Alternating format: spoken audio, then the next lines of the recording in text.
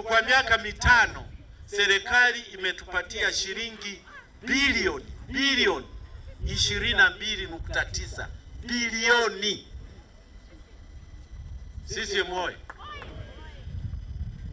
Kwa hiyo kwa utekelezaji wa ilani ya CCM lazima tuipongeze serikali yetu, imetoa fedha nyingi.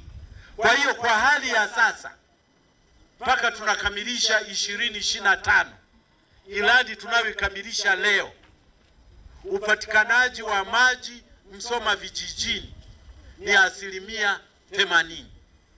Leo hii tarehe 20 mwezi wa 6 vijiji vyote 68 vyote vina miradi ya maji ya bomba kutoka Ziwa Victoria. Sekondari, fedha zilizokuja mwaka 2021 tumepata milioni 400. 21-22 tumepata bilioni 2. 23-24 bilioni 2.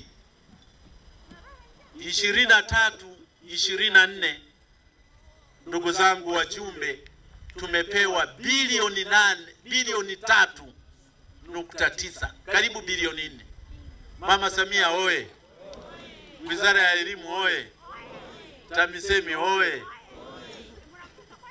Ndugu zangu, kipaumbele chetu cha elimu, serikali imetuunga mkono, imetutendea haki. Kwa hiyo lazima tuichague sisi. Kwa upande wa afya, kwa miaka mpaka sasa hivi serikali imeshatuletea karibu bilioni 5 bilioni.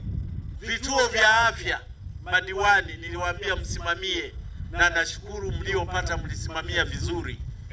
Kiriba walipata milioni 750, Makojo milioni 520, Masinono milioni 430, Kisiwa cha Rukuba milioni 750.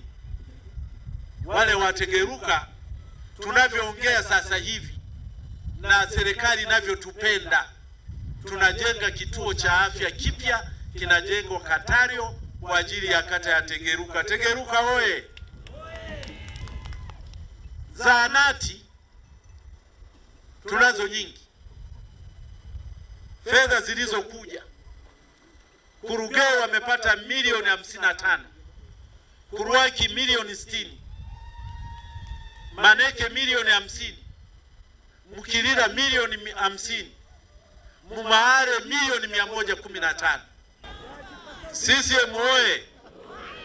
Sasa uwekezaji mkubwa wa kumchagua Mama Samia ni hospitali yetu kwa Ikonero. Kabla hujaenda hata Bugando, tuna vifaa vikubwa sana mle. Tuna x-ray 2 za kisasa.